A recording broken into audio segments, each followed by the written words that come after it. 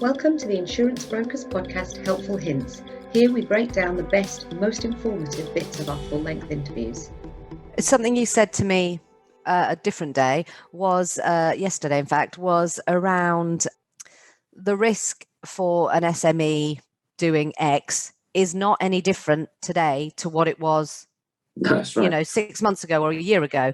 The actual risk is not any different. And this, price discrepancy, driving everything by underwriting is quite difficult and is leading to a lot of SMEs and people outside of the insurance market is so bloody complicated to anybody outside of it. Yeah. Wholesale brokers, retail brokers, MGAs, who, what, why.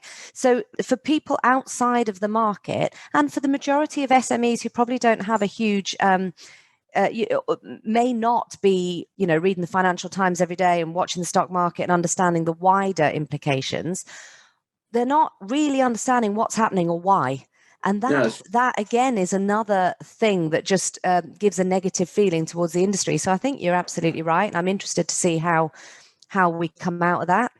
Yeah, we've got a speaker slot at Bupa, a few insurers and brokers to talk about the PI market and challenging the way the market's run. Because I think there is a long-standing traditionalist view, especially in PI as an example, of, capacity comes into the market, right? The price goes down. Capacity comes out of the market when times get tough. The price goes up, and that's the cycle. Come on, right? Come on. I'm not having that.